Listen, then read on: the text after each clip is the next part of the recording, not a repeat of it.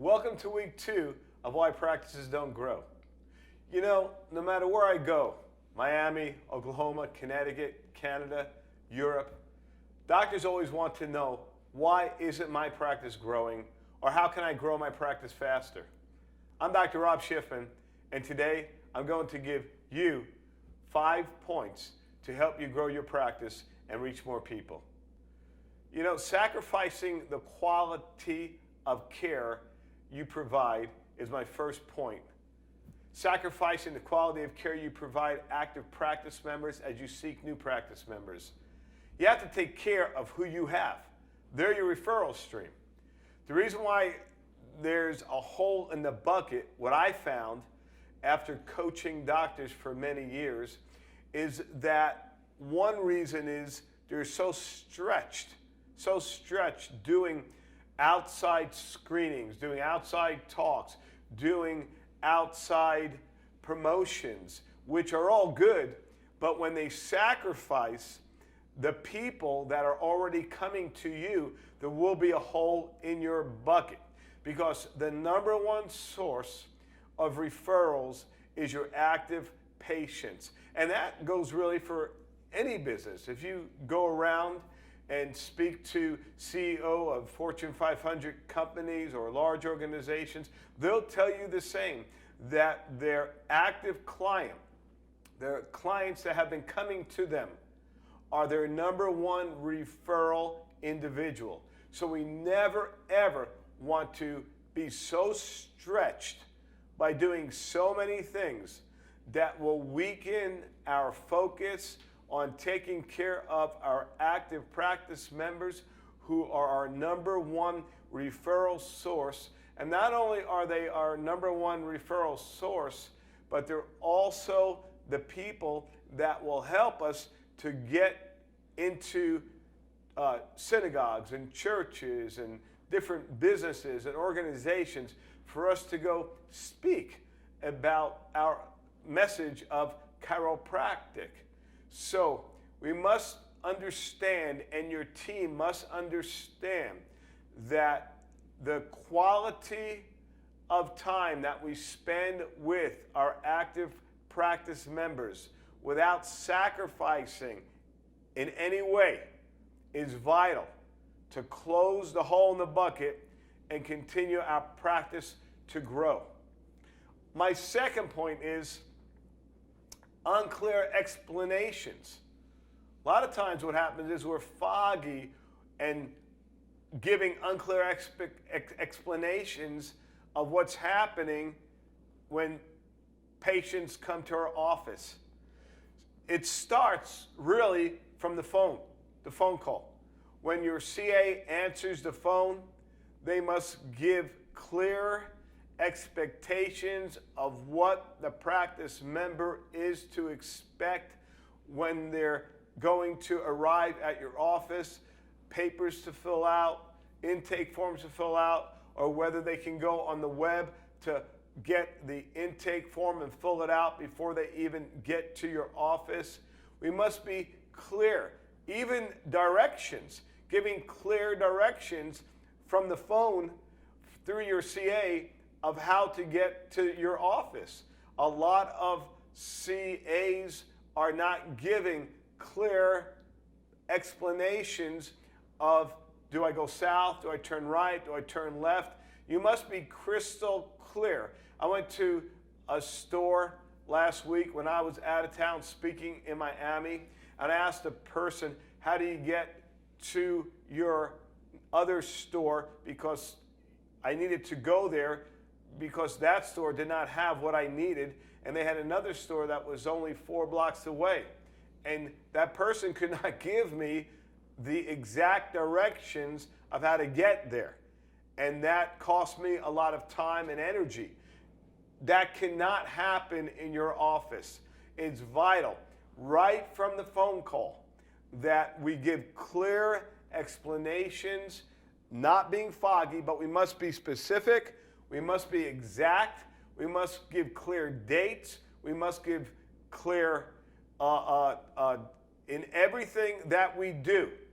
And we must choose our words carefully so our words have weight. You know, if we're being careless with our words, especially patients that have never been to your office, they're going to say to themselves, man, they're wishy-washy. I don't know if they can even help me or not. When we use words such as maybe we can help you, or words such as, well, you can come in for a little while, and then if it doesn't work. No, you cannot say that. We have to be exact with our corrective care language. We have to be exact with our day 1 language. We have to be exact with our day 2 language. We have to be exact in explaining everything that we're doing when the practice member comes to our office. Day 1, number 3 point is day 1, day 2, and day 3 phone calls. Failure to do that will definitely cause a hole in your bucket, but if you do that, and it takes discipline to consistently do day 1, day 2, and day 3 phone calls, you'll notice that your practices will grow. When you do a day 1, day 2, day 3 phone calls, what usually is going to happen, maybe not all the time, but a lot of the time people will say, my gosh, I've never had a doctor do that. Or I remember when I was growing up that my parents' doctor called, but that's the only time a doctor has ever called after our first visit. The patients love it. And if we're really, in my opinion, if we're really in the game to take care of our practice members, it is so important to do the day 1 phone call, then the day 2 phone call, and the day 3 phone call. Another failure, and my next point, is to not making timely callbacks. If you have a practice member that will call you up and ask about, their son's got a game, and is it okay if we come 10 minutes late? I know you close your office at 6 o'clock, but the game's probably going to end at 10 to 6. Is there any way we can come in a few minutes later? And if your team does not call back promptly, that's a big negative. That's a big, big negative.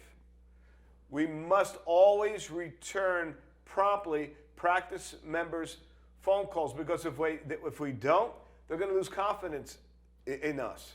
If they call you up and they say to the CA, I'd like to speak to the doctor about my husband because my husband has such and such condition.